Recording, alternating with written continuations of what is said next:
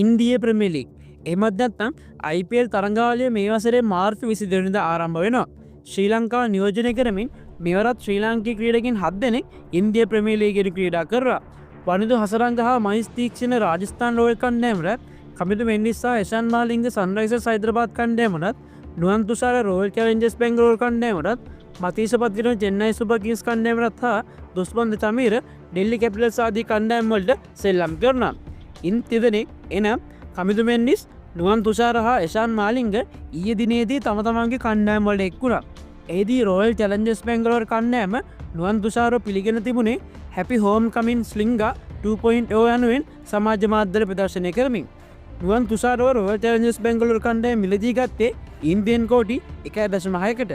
ඒ ශ්‍රී ලංකා මුදලින් ගත් විට ආසන්න වශයෙන් කෝටි 5.5ක් පමණ වෙනවා. සන්රයිසර්ස් හයිදරාබාද් පිළිවෙත එකතුන කමිතු මෙන්ඩිස් සහ එෂාන් මාලිංගව ඊයේ දිනේදී මහත් ඉහළින් පිළිගෙන තිබුණා.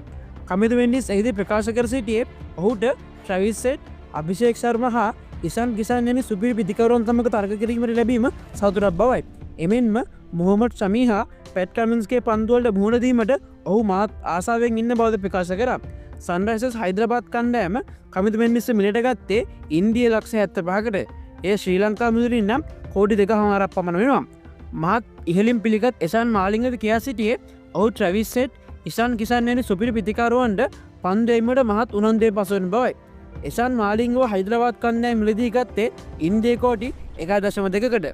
එනම් ශ්‍රී ලංකා රුපියල් වලින් නම් ආසන්න වශයෙන් කෝටි 4ක් පමණ වෙනවා.